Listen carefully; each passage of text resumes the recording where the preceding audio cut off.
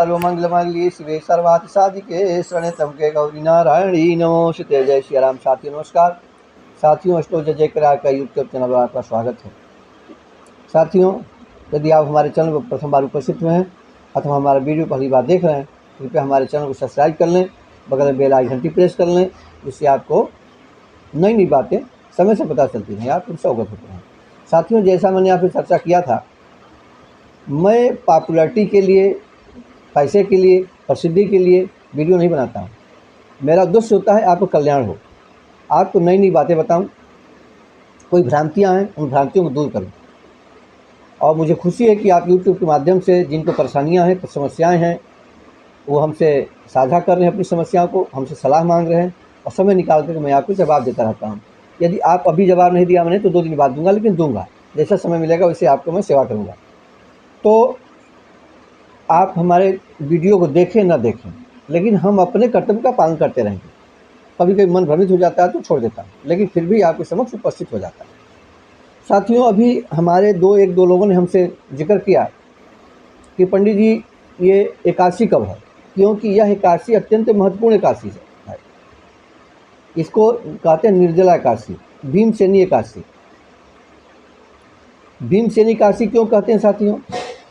एक बार जब गुरुकुल में आपके 5 पांडव पढ़ रहे थे तो गुरुदेव ने कहा, आपके जो वेदव्यास जी ने कहा कि बच्चों, एकादशी के दिन व्रत रहने से यही लोक और परलोक दोनों का लाभ मिलता है, देवता प्रसन्न होते हैं, तो इसलिए आपको चाहिए कि आप व्रत का पालन करें। तो सारे पांडवों ने तो हाँ किया व्रत करेंगे, लेकिन भीम ने कहा कि गुरुदेव बगैर खाए तो मैं रह ही नहीं सकता हूँ, इसलिए मुझे भोजन तो चाहिए ही जो ना। तो कहे बेटा, अगर भोजन रोज करोगे तो तुम्हारा कल्याण कैसे होगा? तो कहे कुछ ऐसा उपाय बताइए जिससे कम परिश्रम में 1 दिन 2 दिन उपवास रह सकूँ, भोजन ना करूँ और मुझे ज़्यादा फल मिल जाए।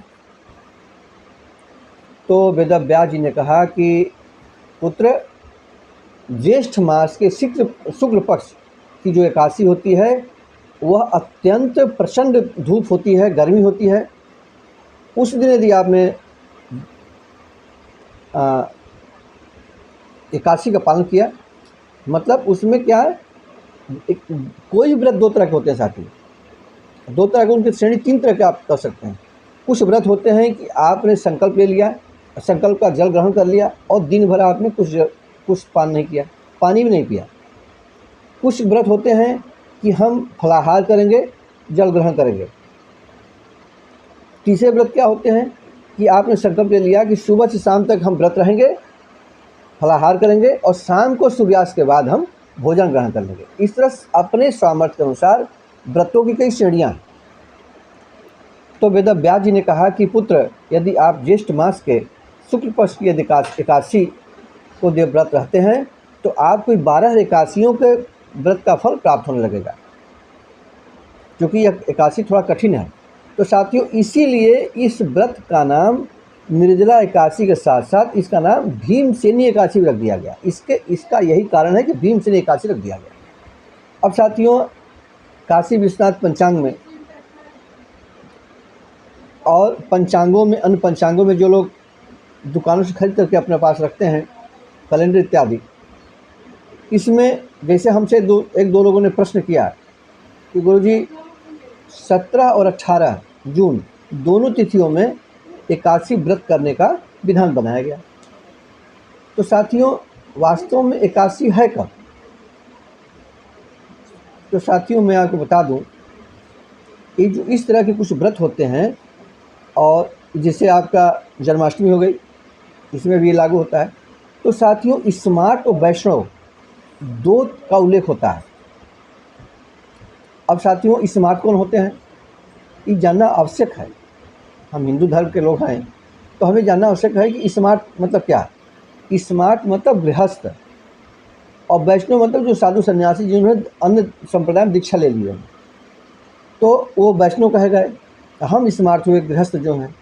तो 17 जून को साथियों एकादशी तिथि दिन सोमवार को पूरा दिन आपका यह भीमसेन एकादशी है, निर्जला एकादशी का व्रत है।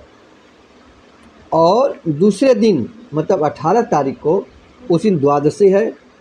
बामन वैष्णव नाम एकादशी, मतलब जो वैष्णव लोग हैं संप्रदाय वाले जो हैं उनके लिए उनका एकादशी उस दिन होगी, और उस दिन श्री राम द्वादशी भी कही जाएगी।